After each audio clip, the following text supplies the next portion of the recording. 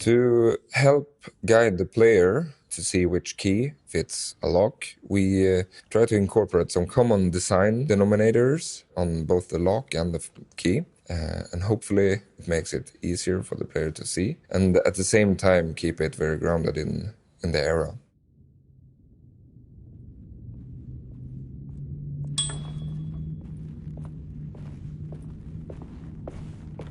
One of the most important clues you find in this room is the newspaper, which both talks about the era, which is, of course, the 1930s, the Depression, and we also learn about the place that we're in Louisiana with talk of John's Eve and the voodoo and the cults.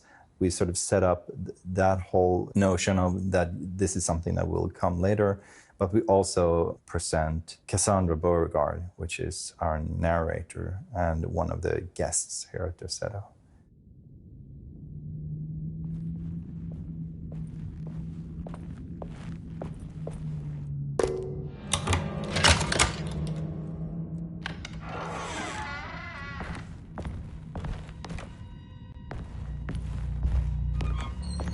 I need the key.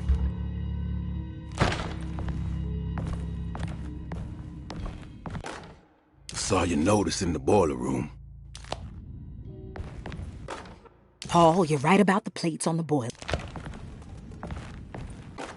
Dr. Elmore Lee Gray is Derceto.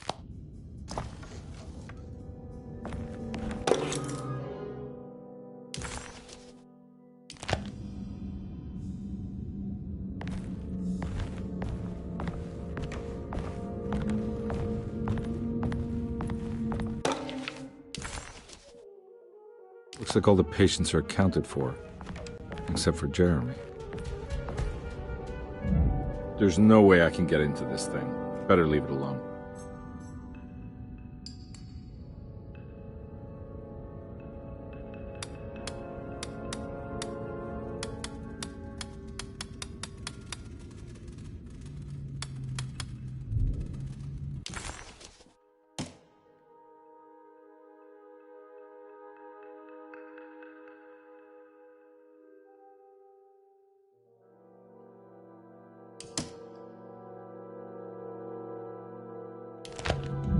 There's no way I can get into this thing. Better leave it alone.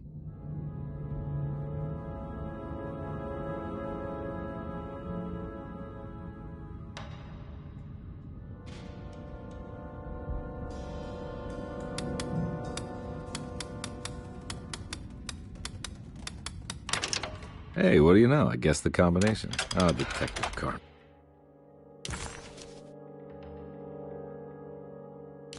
You beautiful bastard. How are you this good?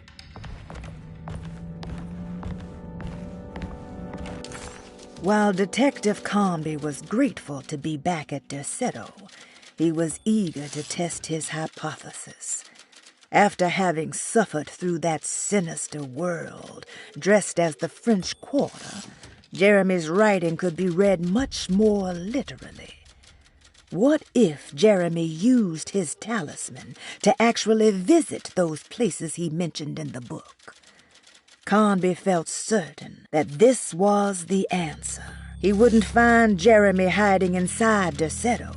He would be in one of those other worlds. And to follow in his steps, Carnby would have to investigate the old clock and the boiler and find out what part they played.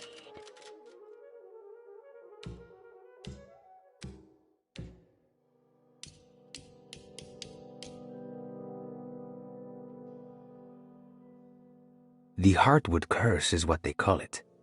There wasn't much of a vocabulary for mental illnesses back in the days. There are hardly enough now. The Heartwoods carry a troubling chemical imbalance in their brain, which they have managed to pass down through generations. As they grow old, they are overtaken by overwhelming melancholy that unavoidably leads to suicide. Oh, you want the real story? Well, who can say? It was written that way.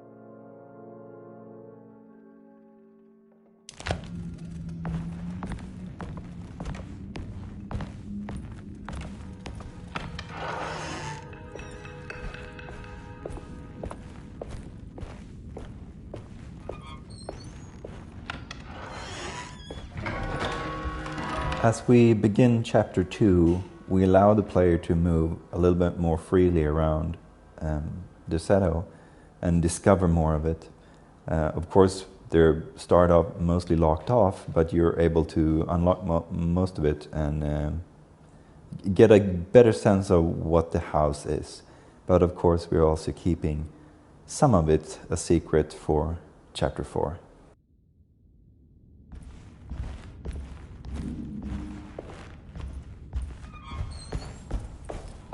The original game was a kind of an early open world.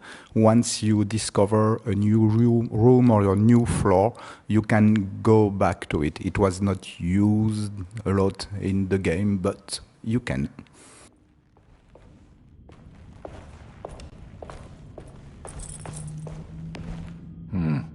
I need the key.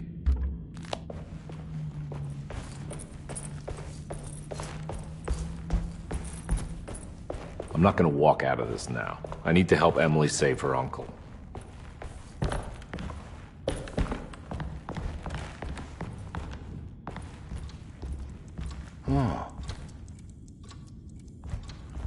When we talked about how we should fill up the second floor foyer, we discussed ideas such as a billiard table or some other kind of leisure props. But we went for adding these nightmarish statues you can see here, which is made or sculpted by Jeremy, and they are heavily inspired by Giacometti, Alberto Giacometti.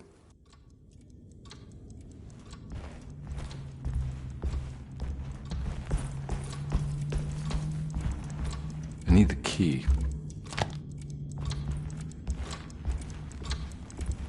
It's stained. Looks like some kind of rot. If you play the original game as Emily Hartwood, the opening text will say, "That creaking old mansion with its unusual tales, its secret library door, the ancient upstairs clock." So the ancient upstairs clock became this puzzle item. And this is pretty much how a lot of the important things in our game came to be. Basically looking at something that was mentioned or featured in the original game and then blew it out of proportion and made something new with it.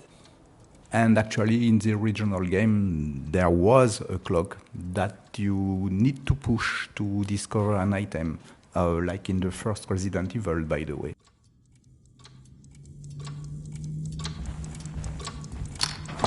This must be the clock that Jeremy wrote about in the Commonplace book.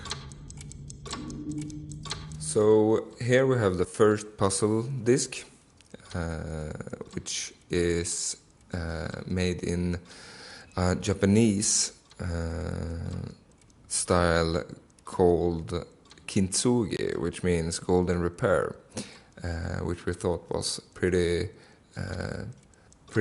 picturing for what we wanted to tell with the plate.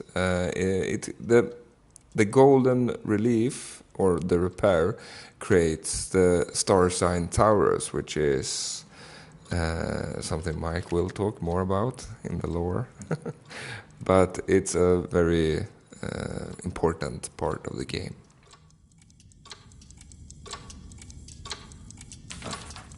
Looks like the plate that held the talisman in the seance room. But it's broken and missing some pieces.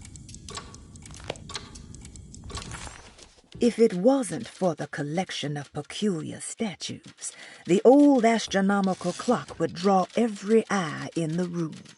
To Carnby, it wasn't the intricate clockwork that stood out, but the odd-looking plate on the inside. It reminded him of the ritual bench in Miss Jackson's seance room, where he had manipulated the talisman to open a door back to Deseto. He wanted to try to replicate the procedure, but found that the inner part of the plate was broken. He would have to find the missing pieces and put the plate back together.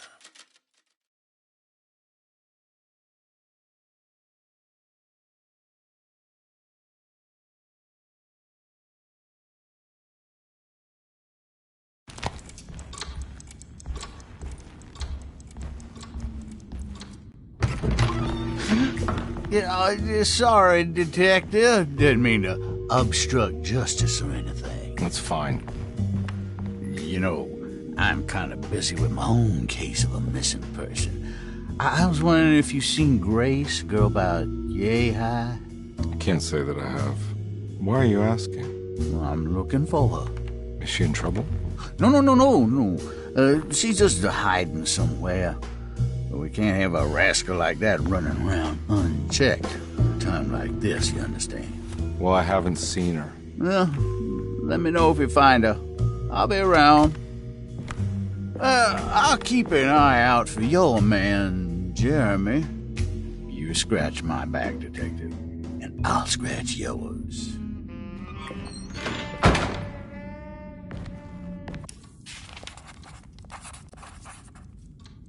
McCarthy reminded Detective Carnby of an old barfly he used to know. He detested him. There was no getting around it. McCarthy was going to have a hard time getting on his good side.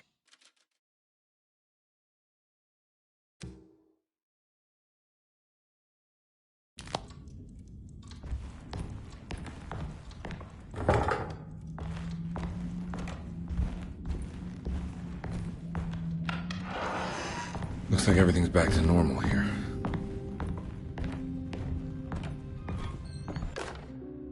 Emily's here. You will find a lot of masks throughout the whole game. You can find them in Jeremy's room, and of course Grace is making one for Ruth. And this is an important item or ID, the ID that everyone is wearing masks in some way, especially the people at Derceto.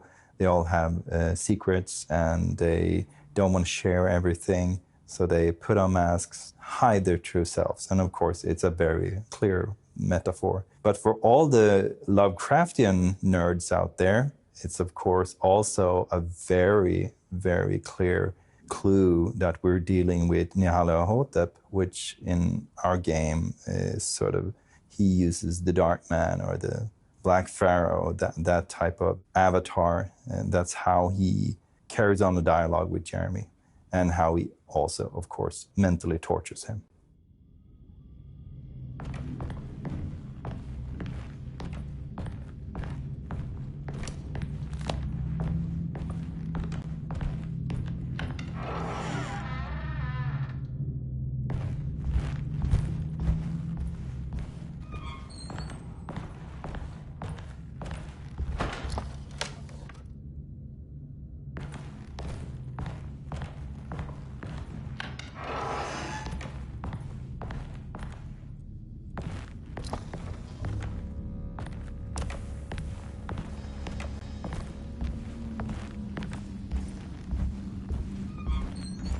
For Baptiste's room, we went with a really rough patina, and because he is a big guy, he's very practical and stoic, and he also likes to box a lot, and he has his leisure things. He reads his magazines, listens to his radio, and smoking cigars, and so we try to get that going in his room.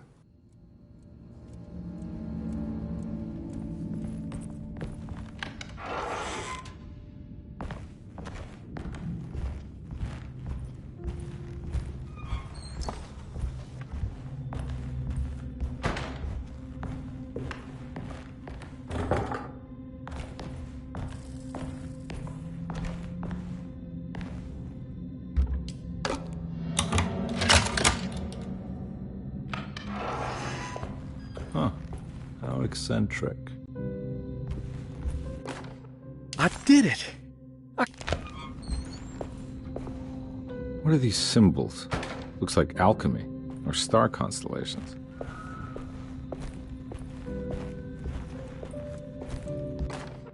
I need to remember. The Astarte Artist Colony. I remember hearing about their disappearance. Must have been 15 years or more now.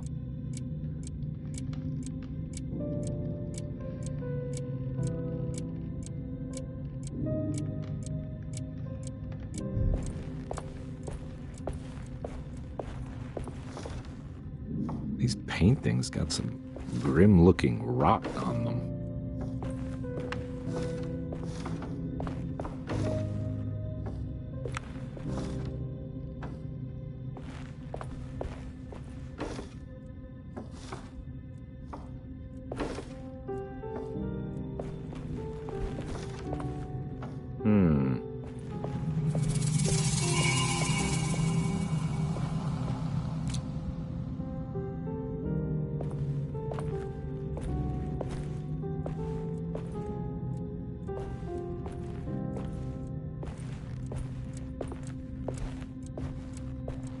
In contrast to Baptiste's room, which is very simple and rough, we have Perrot's room, the opera singer, and she is very vain and she is focusing much on her beauty.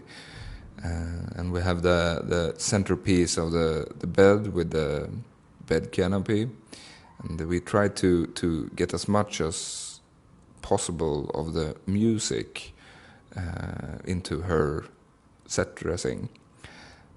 And of course, some of the furnitures are Italian inspired. And her colors would be terracotta and cream and earthy.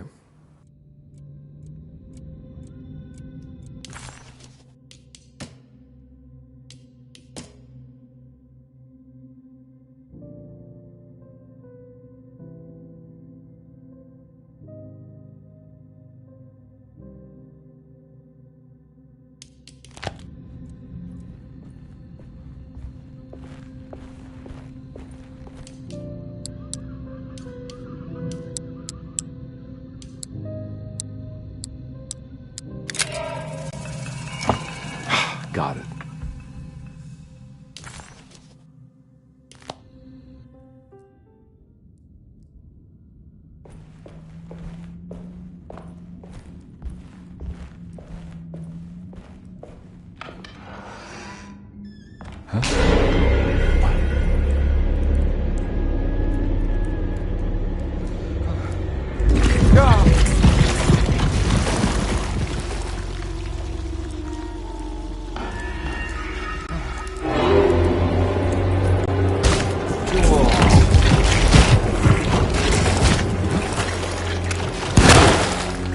I'm all out of bullets.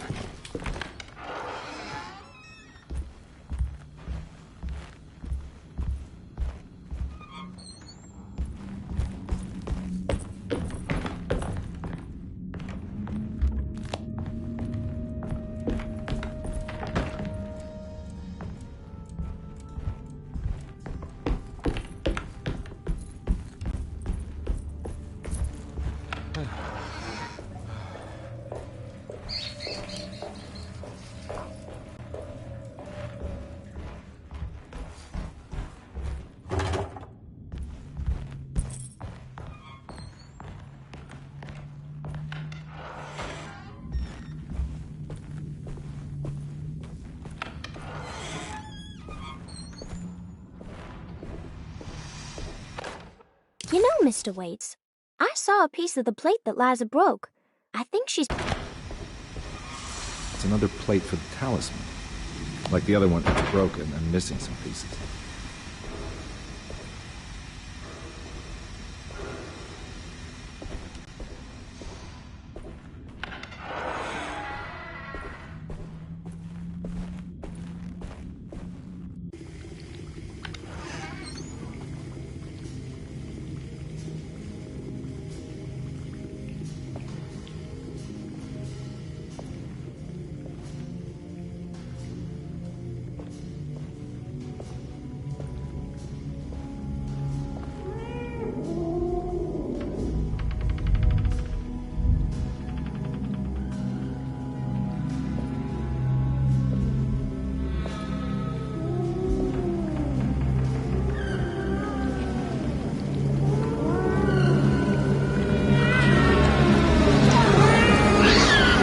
What are you doing in my kitchen?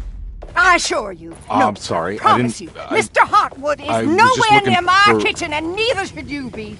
Don't make me kick you out of this house. Sorry. Now get out! Yeah.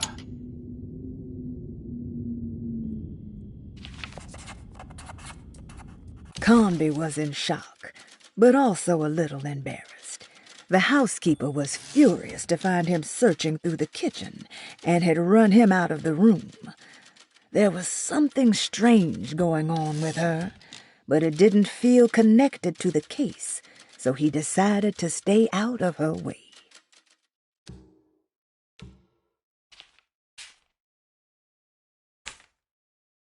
The simple astrology cipher was a favorite among the artists who lived in the house 20 years ago. They easily turned into numbers when needed, but also acted as signatures for the members, as there were only 12 of them. Detective Carnby had a hard time understanding what had happened. It did feel similar to when he was pulled into the French Quarter, but with less power and purpose. Did he cause this, or was it something else?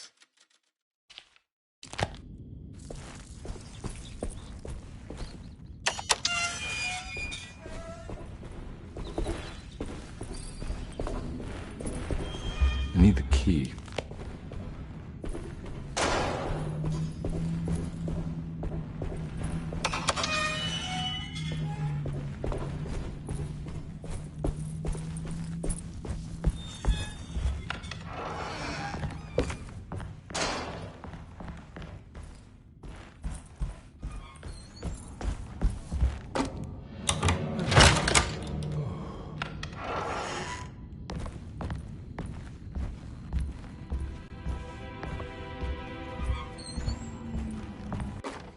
Lost Plantations of Louisiana.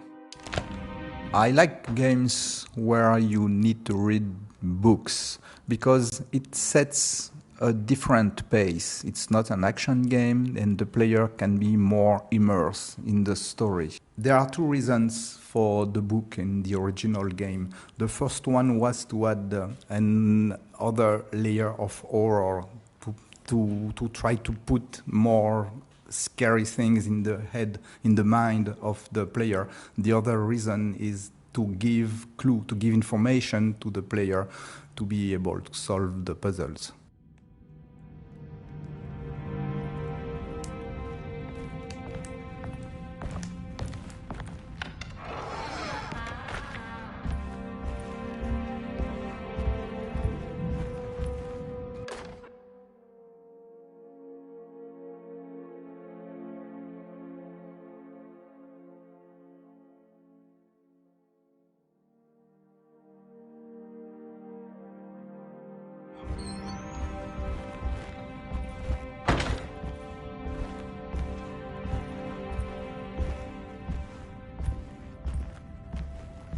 It's wedged shut.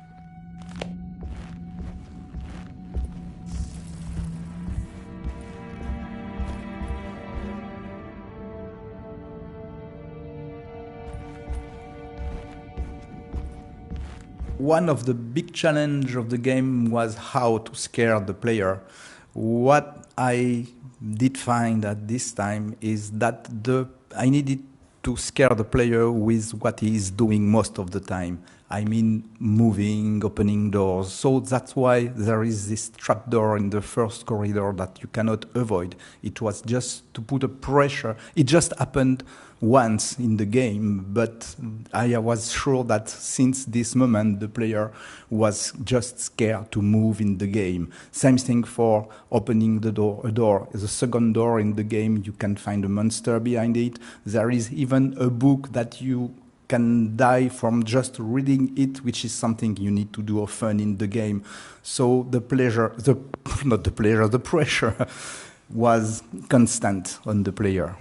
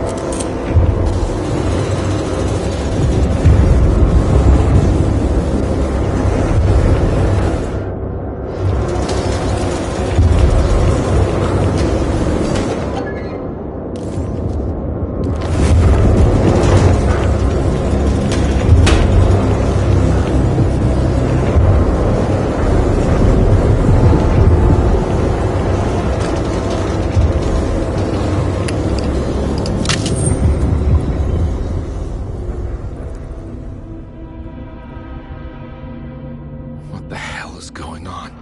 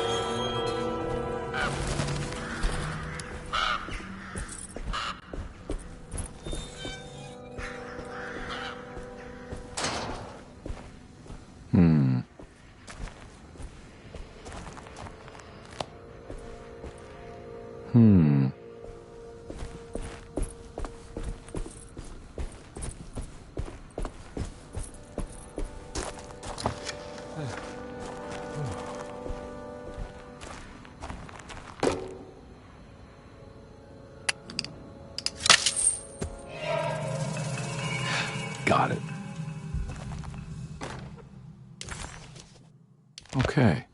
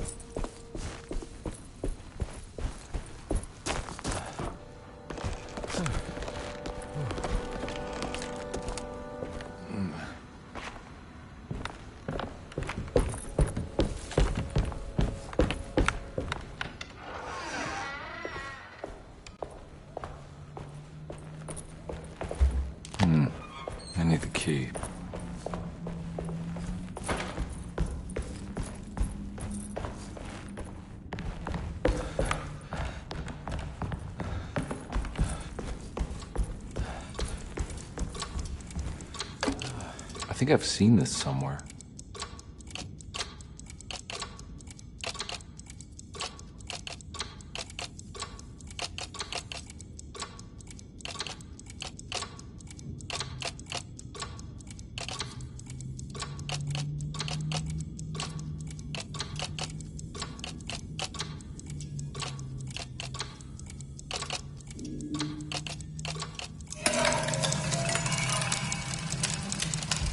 I think the clock broke. Or maybe it just stopped at a very precise place.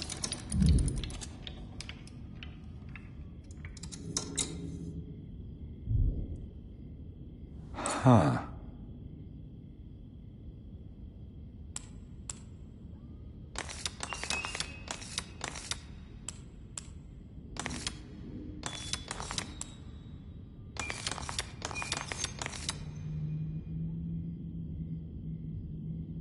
There's a picture in the black glass. It's showing me something. It's the hallway outside Jeremy's room.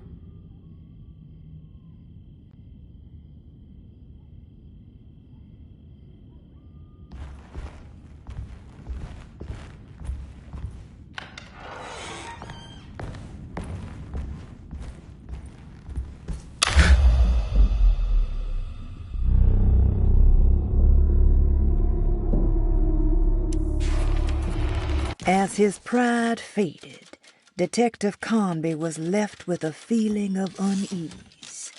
He had successfully managed to enter a whole new world. How could this be? And why did he accept this so readily? One thing was clear. There were no answers to be found by standing around questioning reality. Knowing only what he read in the commonplace book, Carnby headed off to look for Jeremy in the hateful mound.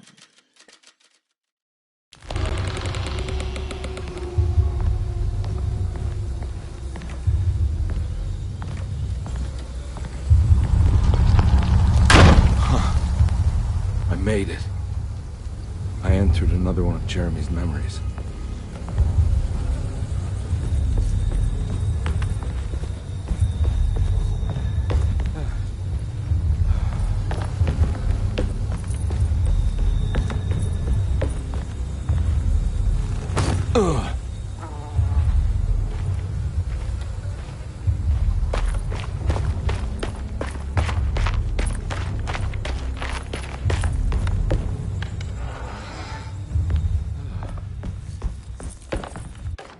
May 1923.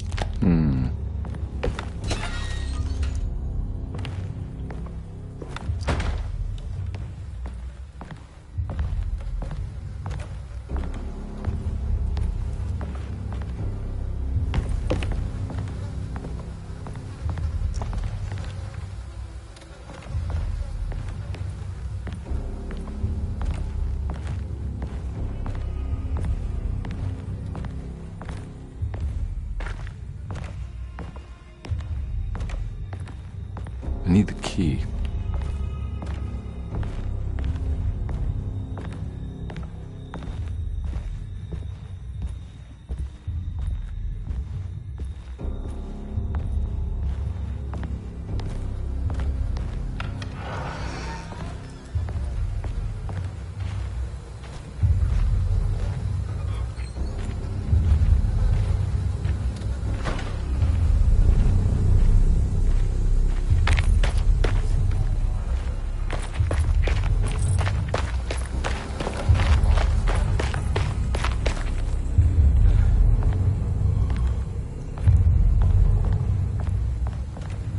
For the oil rig level, we put all houses on stilts because in the real world the houses would be standing on stilts because of all the water and the flooding.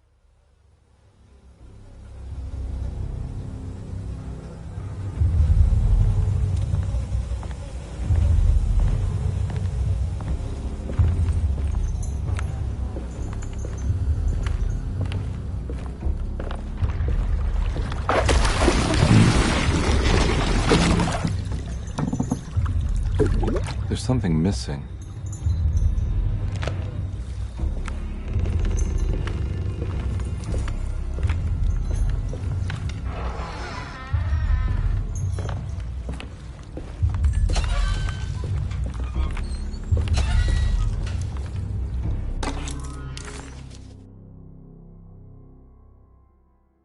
Got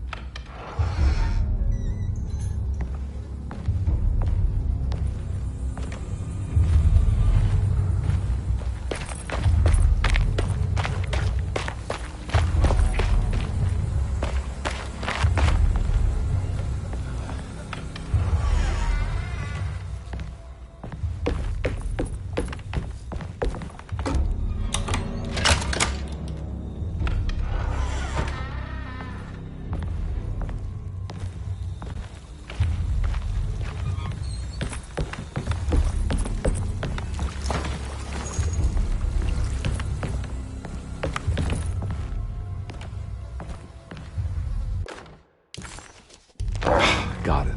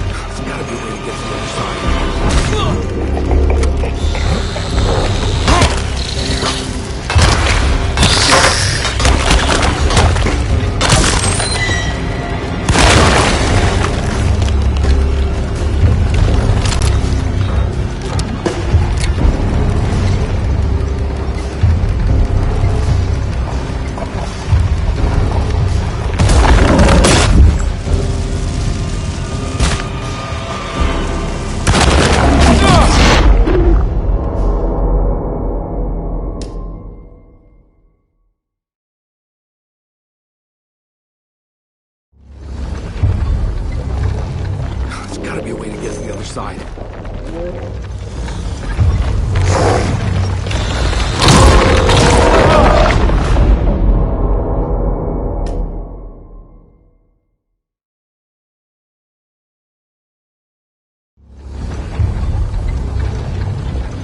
There's gotta be a way to get to the other side.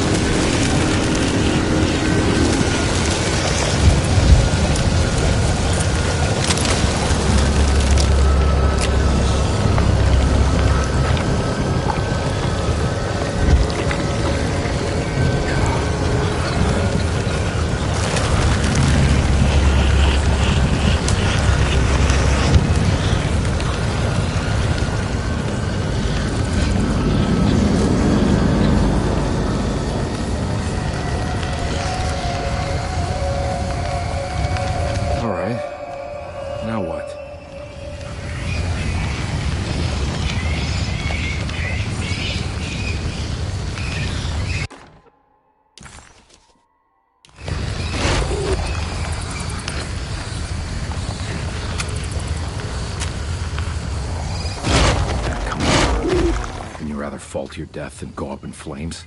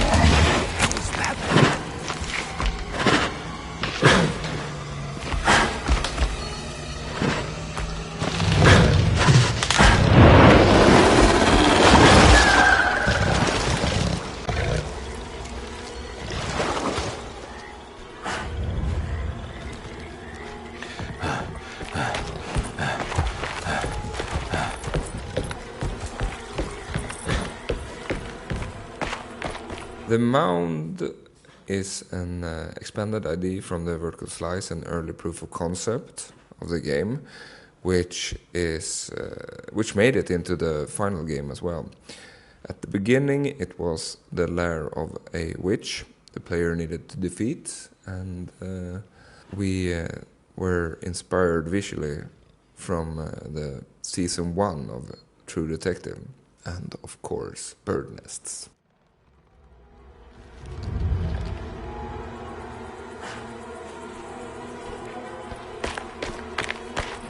It's the hateful mound Jeremy talked about in his book.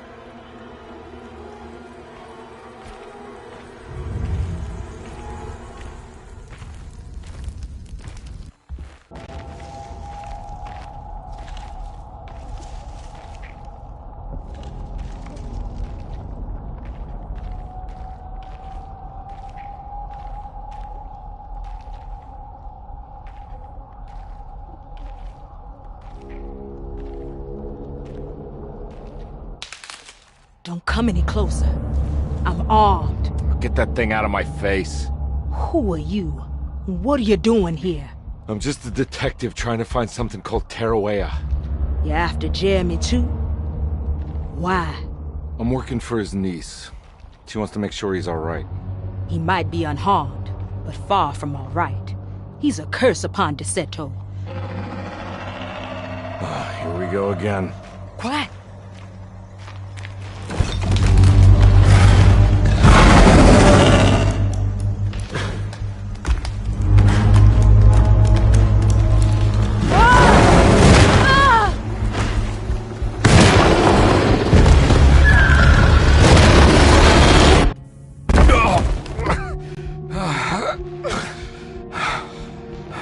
Oh, Christ in heaven.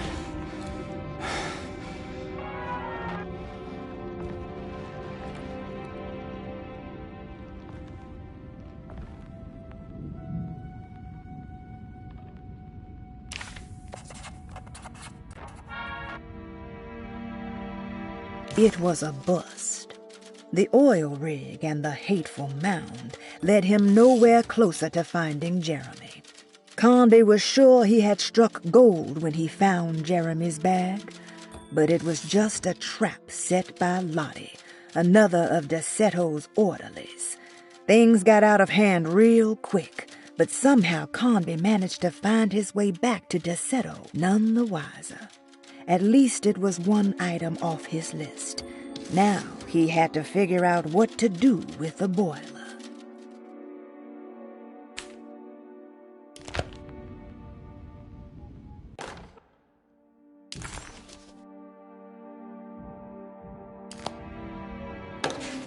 Reflections on the power of the verb insert.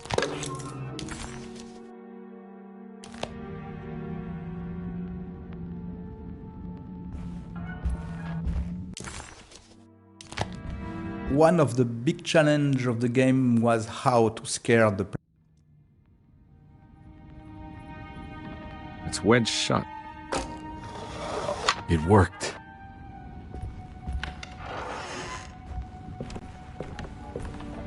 The significance of the constellation of Taurus may seem a bit opaque, but in my mind it all comes down to another symbol for the good and evil within Jeremy, and in turn all of us.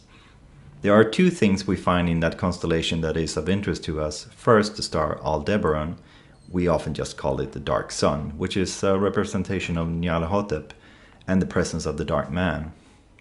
In the same constellation we also find the Pleiades, which is said to house the great library of Celano, which in our game is called Taroea. So, all in all, in this cosmic bowl we find darkness in the Aldebaran and the light in Celano. Or in the terms of our game, in this celestial creature we find the Dark Man as well as Juan, the ultimate enemy and the ultimate ally, as manifested by Jeremy. Finally, of course, what is a star constellation, if not an effort to establish order out of the chaos that is nature?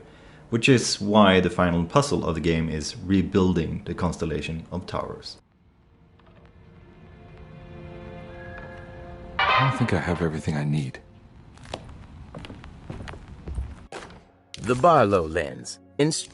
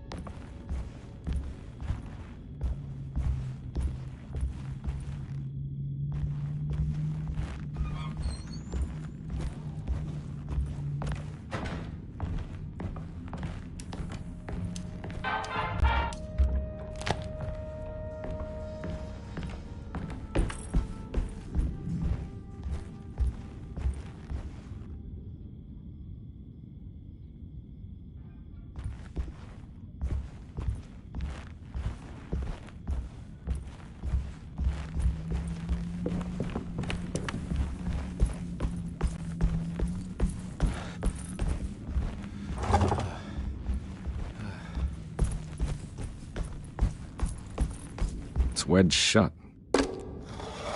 It worked.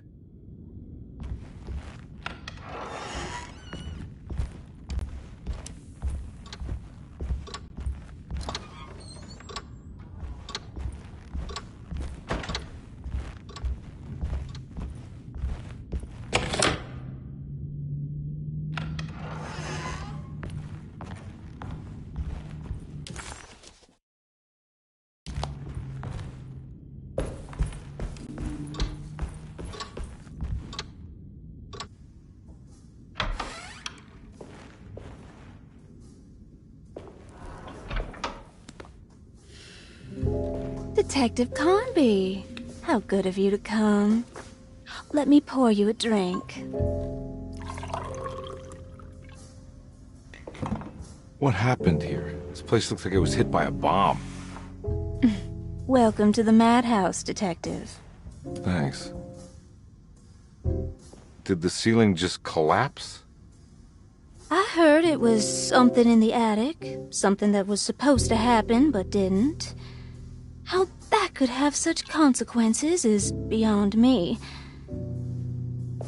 The truth is, I don't know why the room looks like this. But I bet your friend Jeremy does. You know where I could find him? Oh, somewhere in his past, I suppose.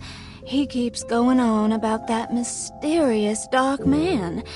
I think he is hiding from him. Or maybe he's with him. I can't really keep up. I don't worry much. Take a look around this room. You may think it looks spectacularly devastated, but I just think it's finally found its stride.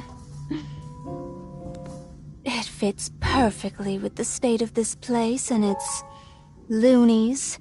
The same goes for the nonsense with Jeremy. In my eyes, we finally managed to match the wild ride inside all of us.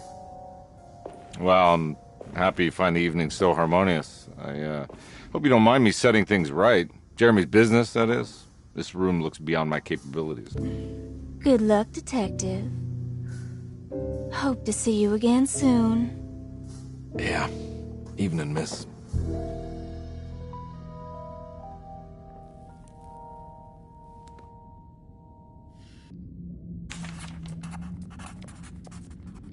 Ruth seemed like a handful. Her talk about Jeremy and the Dark Man made it sound like she might know something of importance. But ultimately, it felt like a dead end.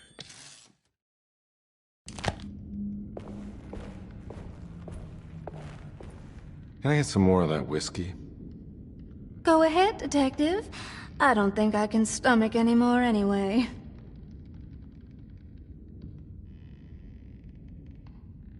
Am I bothering you? On the contrary, Detective, I enjoy watching professionals at work. Well, I better get going. Bye now, Detective. Don't take any wooden nickels. There is a big difference from the original game in this one. You can meet a lot of different characters.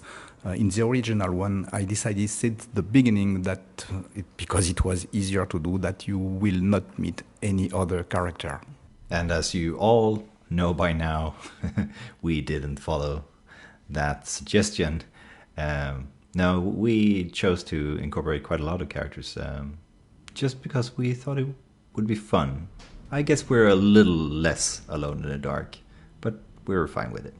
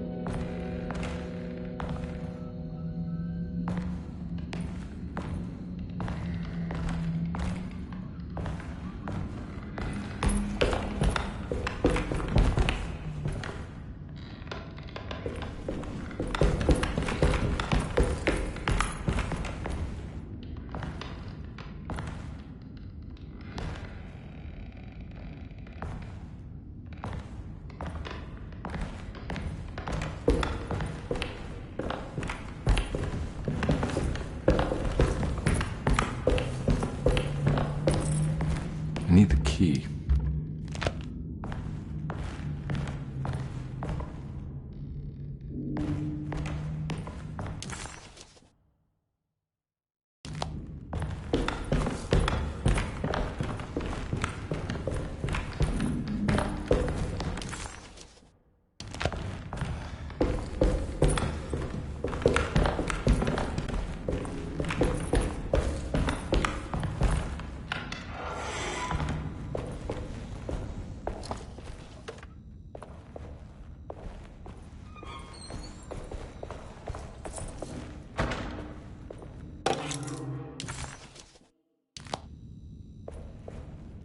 the grand parlor, you can find a piano that has crashed through the ceiling. And this is a reference to the original game. The first quest, basically, that you get as a player is that you're told there's a piano in the attic, and you should go and investigate it. And so early on in our game as well, the idea would be that you get this very same quest. But as you have to pass the grand parlor, we thought it would be fun to find the piano having sort of crashed through the ceiling and made a whole mess, because kind of saying this is sort of what the original this game is sort of like the original, but not quite. It was very fun to see the piano that went down from the attic to the ground. Yep, in the first game, the piano was here more to find a reason for the player to go upstairs more than anything else.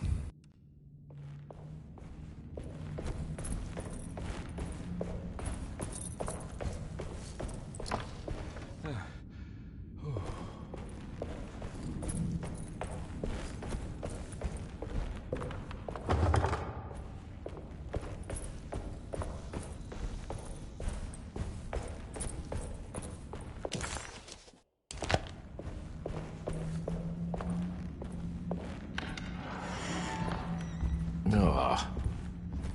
There's more of that aggressive rot. On the commonplace of evil.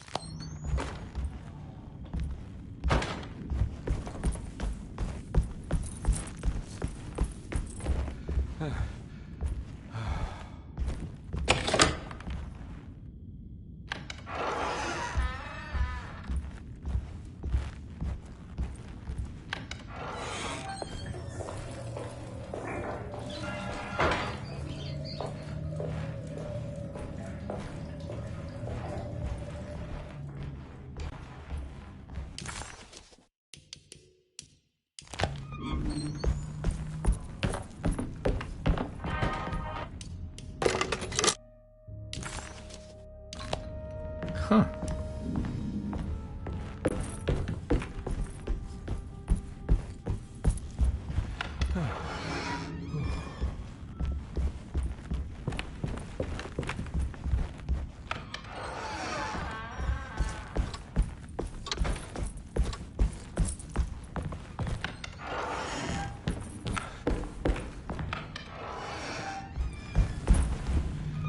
If you play the original game,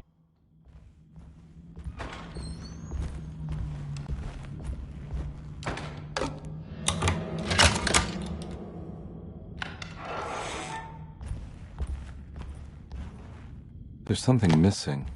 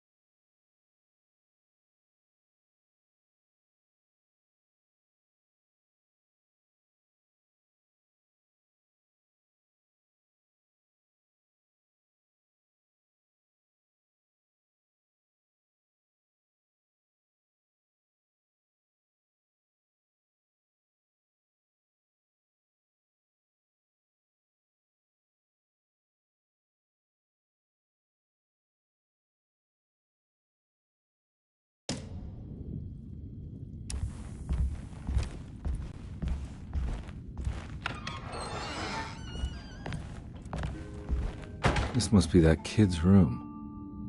Why does she seem so familiar?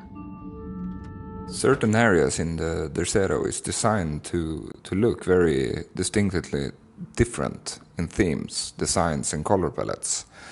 And we referenced David Lynch and Wes Anderson pretty much to get some kind of absurdly quirky and eccentric colors and it's mostly about the unified color scheme, I would say. Don't you worry, Grace. Go play your game.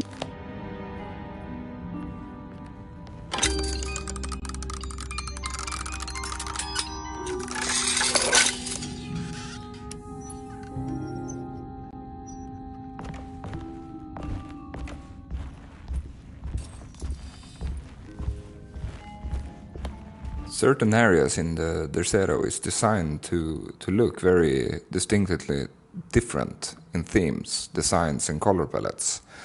And we referenced David Lynch and Wes Anderson pretty much to get some kind of absurdly quirky and eccentric colors and it's mostly about the unified color scheme, I would say.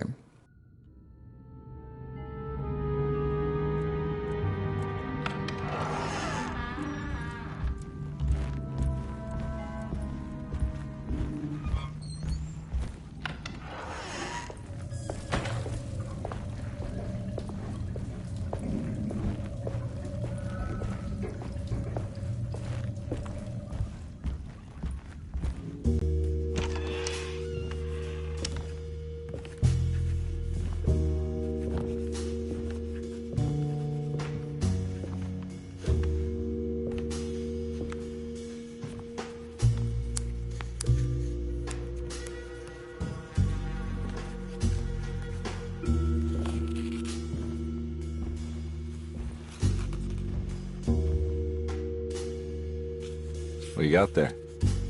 You drawing something? Nothing special. I'm just bored. Do I know you from somewhere? I remember you, Mr. Carnby. From where? Don't touch that.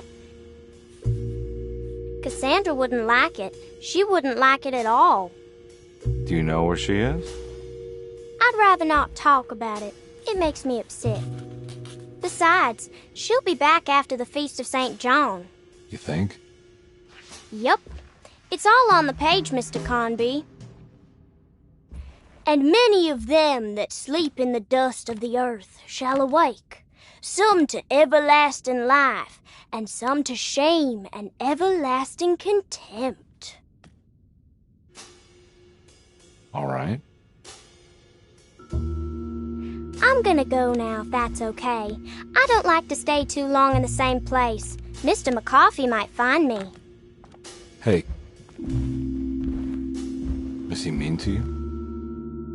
Not everyone needs to be saved, Mr. Carnby. You should know that by now.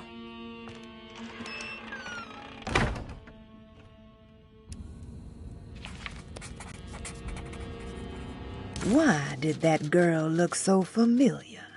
Detective Carnby just couldn't quite remember. His last few years were clouded by a drunken haze, a haze which now had turned almost opaque. Considering their shared past, Grace had every right to feel slighted, but it wasn't in her nature. She was amused.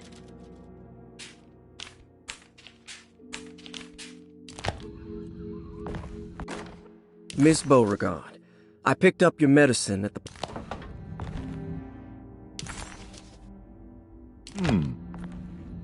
So this is where Cassandra Beauregard ended up. For some reason, I thought she died years ago.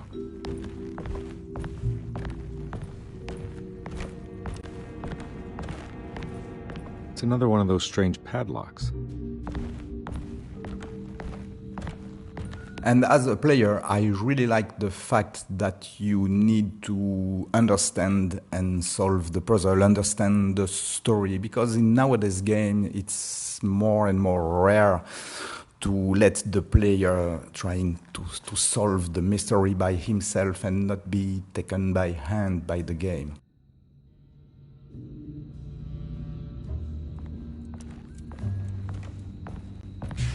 There's more of that rot again.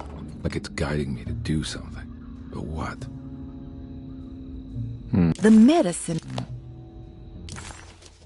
The medicine bottles had stains of rot on the labels, suggesting some greater shape. They just needed to be put in the right order. But for what purpose?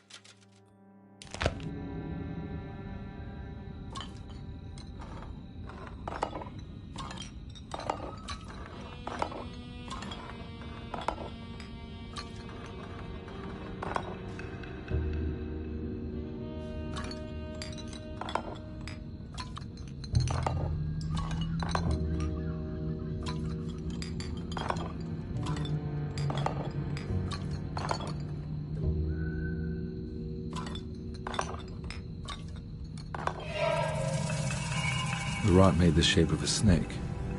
There must be something important to find here. Maybe it has something to do with the numbers on the labels.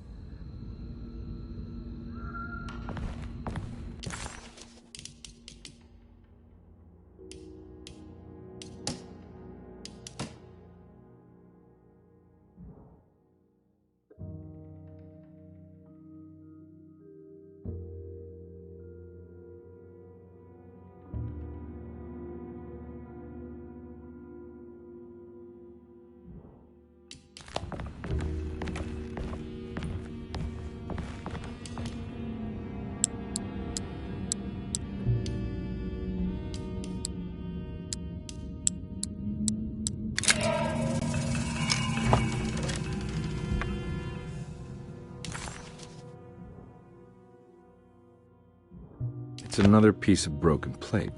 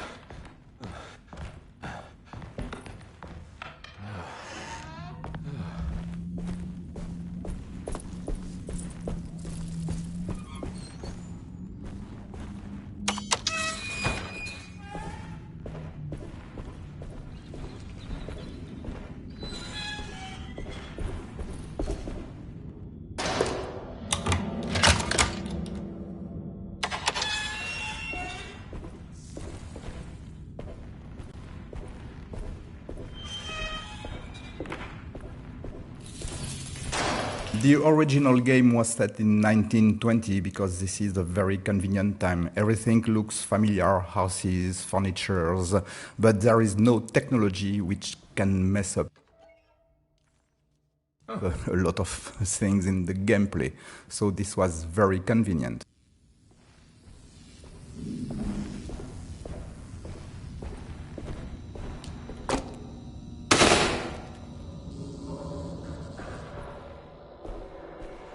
It worked.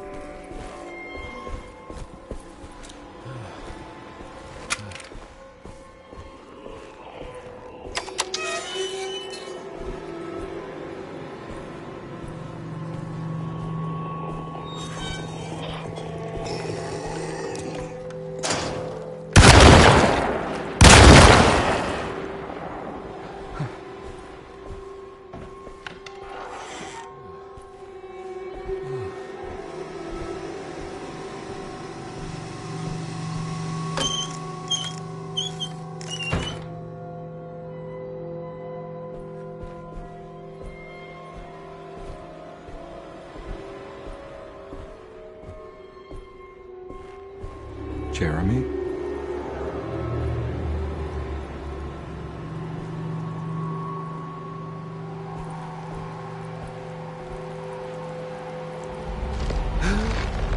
What the hell is going on?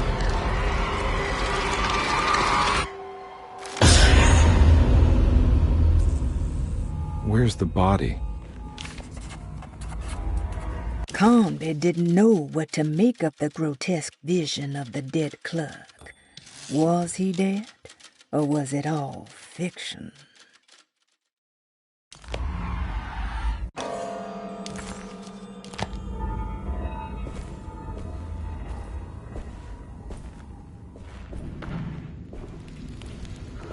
We were quite lucky at this time. A lot of new technology arrived, like the Sound Blaster card that allows us to put sample in the game.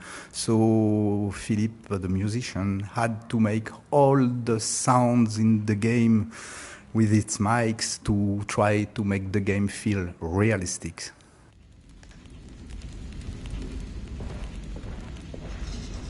It's stained.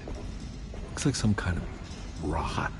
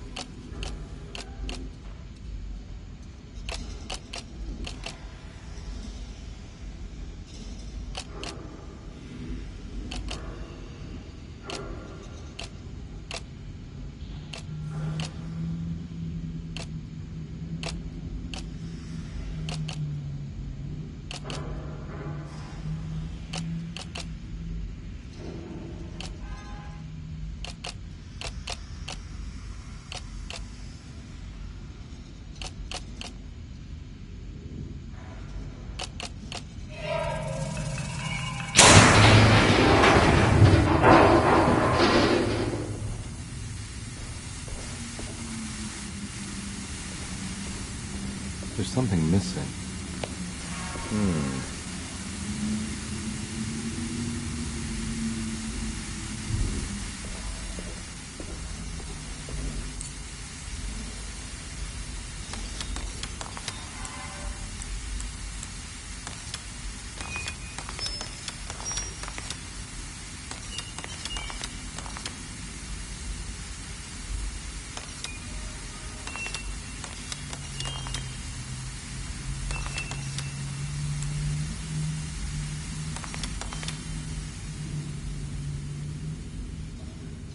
Black glass showing another room. Must be a way to another one of Jeremy's memories.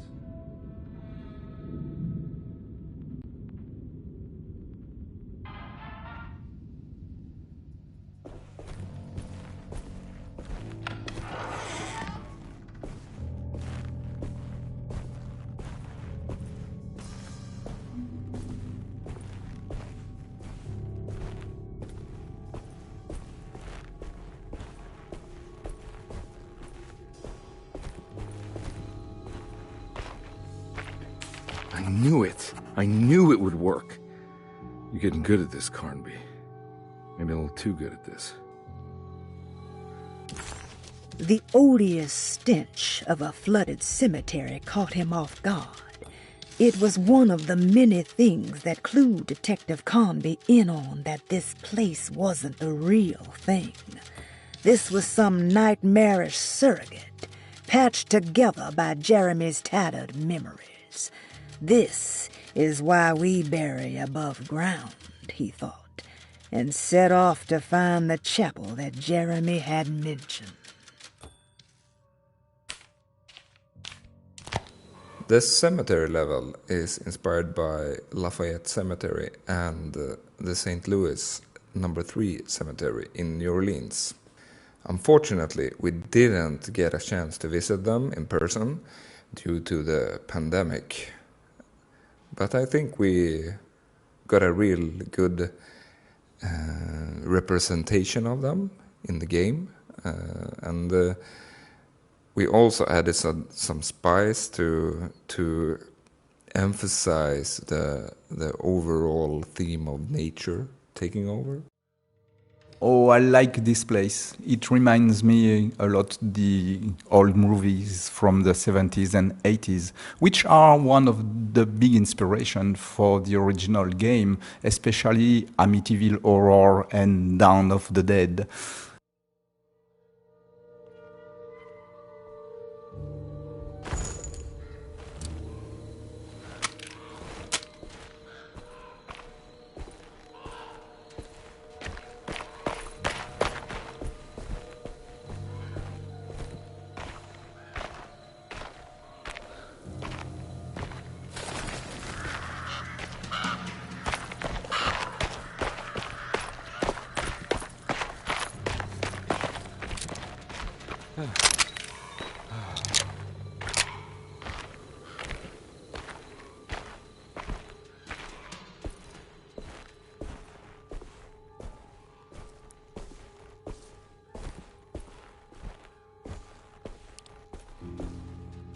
The Hartwood's family crypt.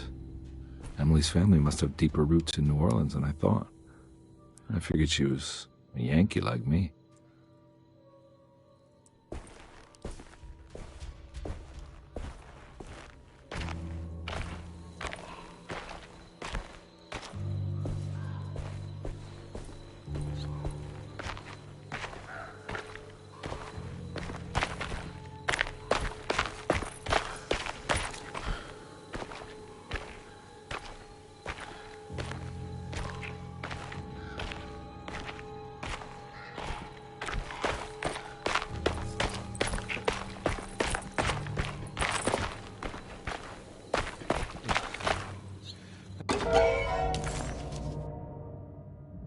What's this?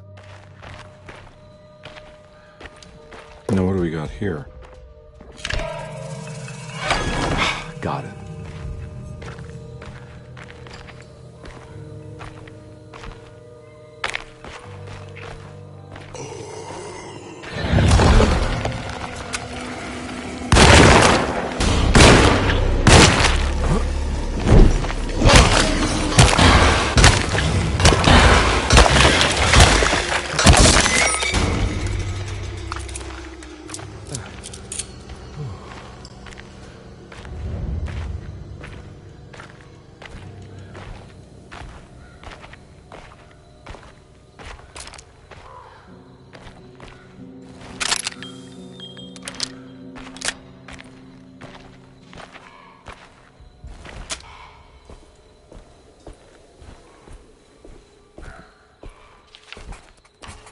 It was the chapel Jeremy had mentioned in his book.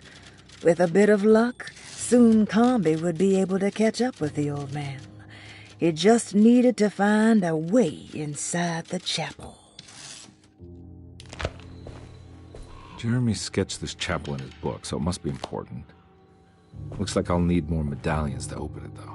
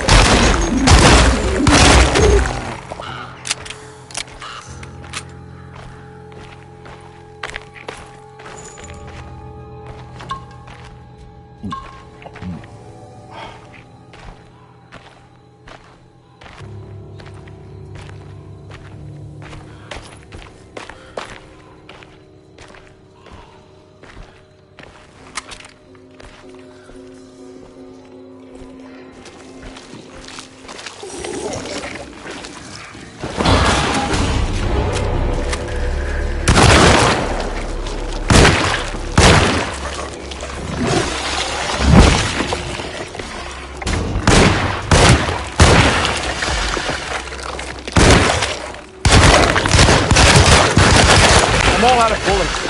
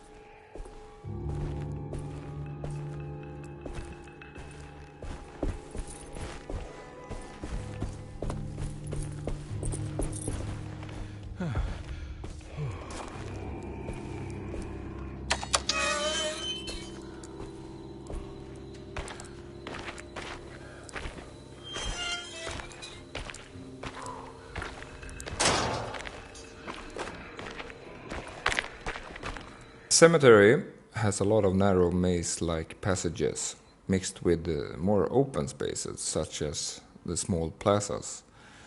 This is to add contrast and also keep an organic theme going without it being or feeling forced.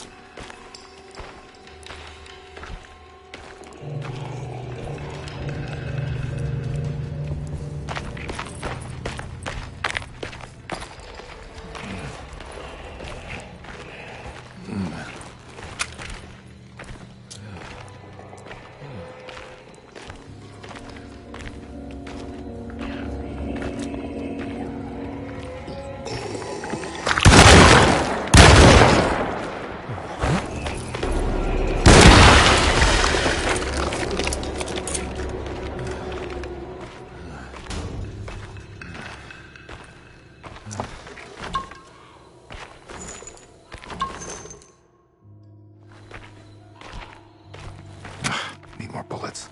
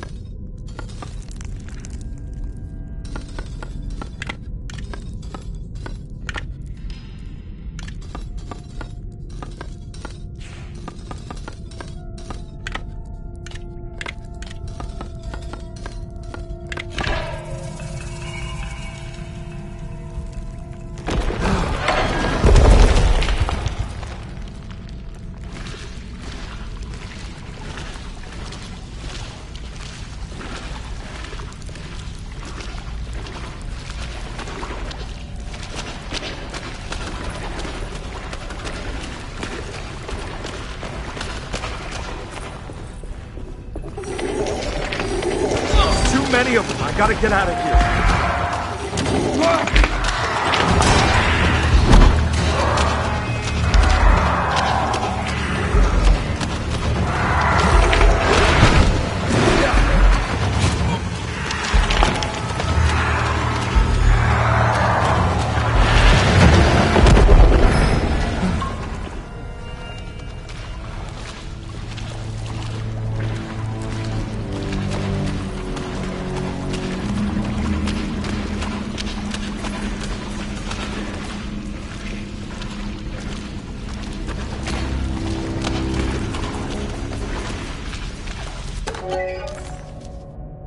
Now what do we got here?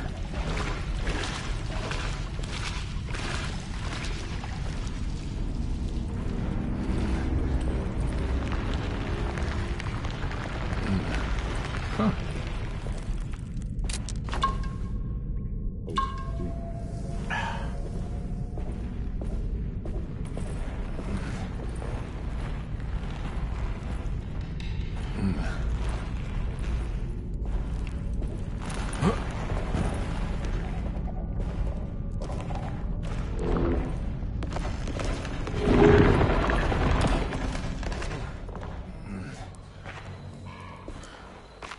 Thank God that's over.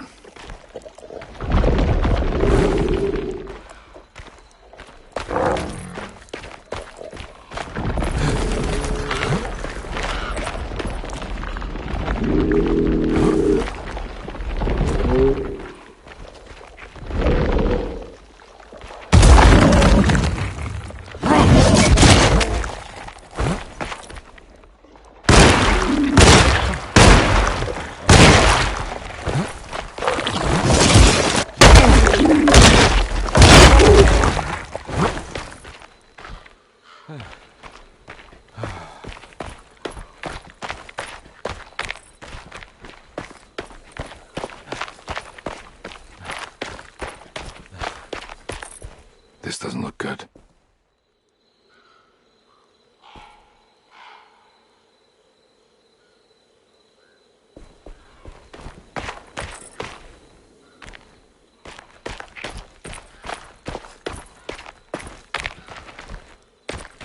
I gotta get some ammo.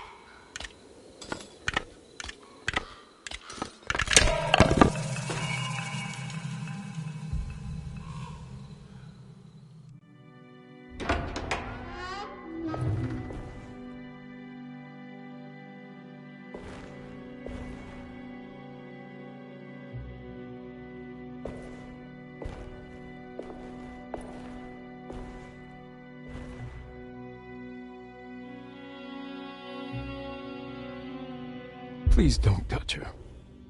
Jeremy. What are you doing here? Everyone's looking for you. I know, it's all a big mess. No one understands. I'm just trying to keep evil at bay. Just for a little while longer. You've got to come back with me. Your niece is waiting at Derceto.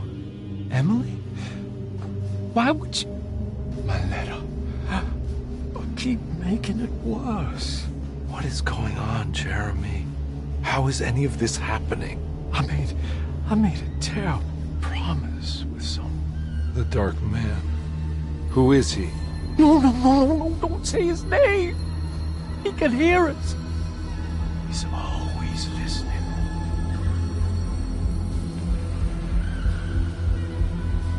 Jeremy, I need to understand what is going on. I promised him everything. When When the sun rises, I will be chained in his sunken desert temple for an eternity. But at least the evil about to awaken in Deseto won't harm anyone outside of that cursed place. You're acting crazy, Jeremy. I want to help. There's nothing you can do. Then what's all the business about Tarawea? Why did you want to go there? Well, I can't go there. I'm not allowed. But you wanted to. Can I go? Tell me, will it help me to break your pact? Is there something there that would help?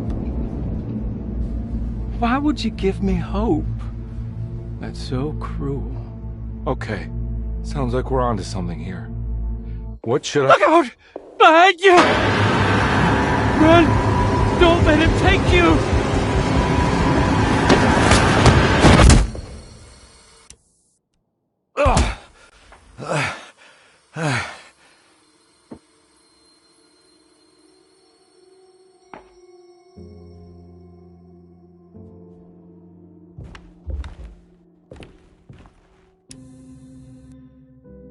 I've seen so many strange occurrences.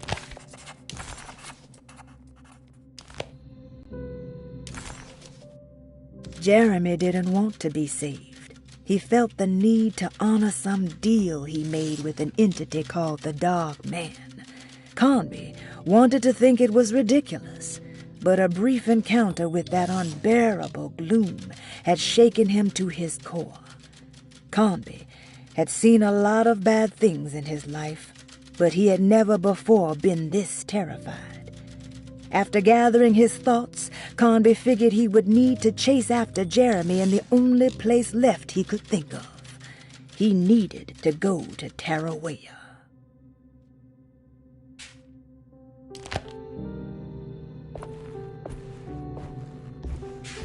She's dead. No matter how she died, she looks peaceful now. Perosi's body looked unharmed. Carnby couldn't figure out how she died, or why this wasn't a bigger upset to the people at Deseto.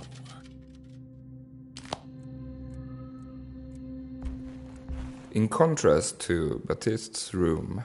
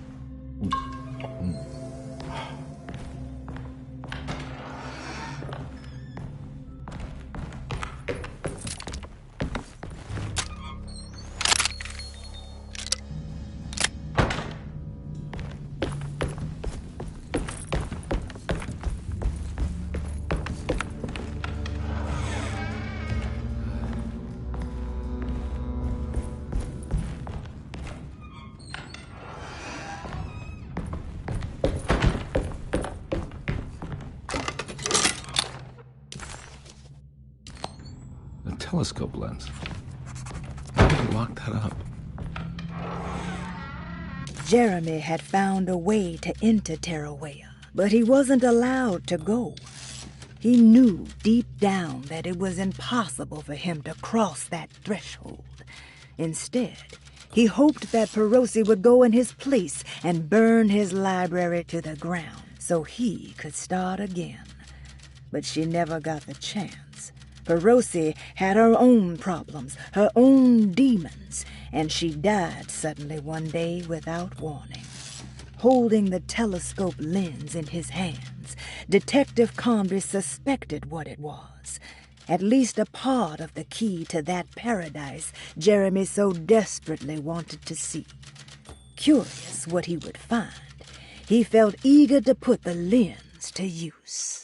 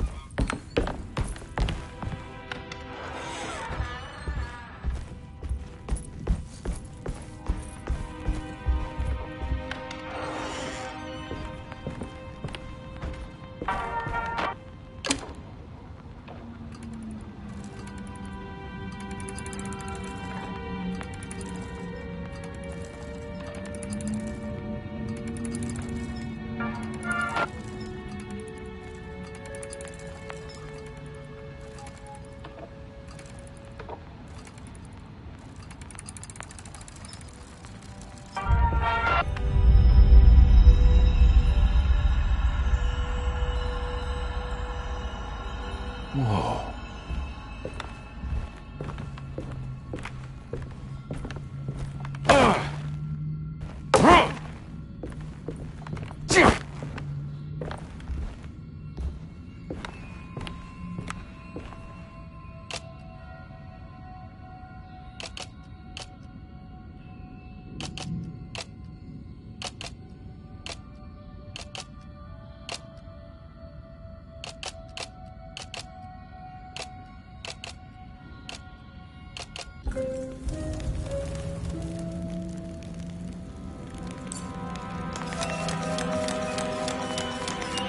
Whoa, what's going on? It's dialing in something all on its own and it's showing the way to another memory? Where is that?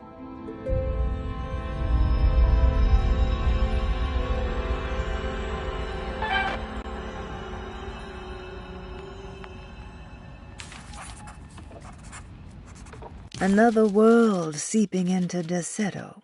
Was this a taste of that mysterious Terrawea?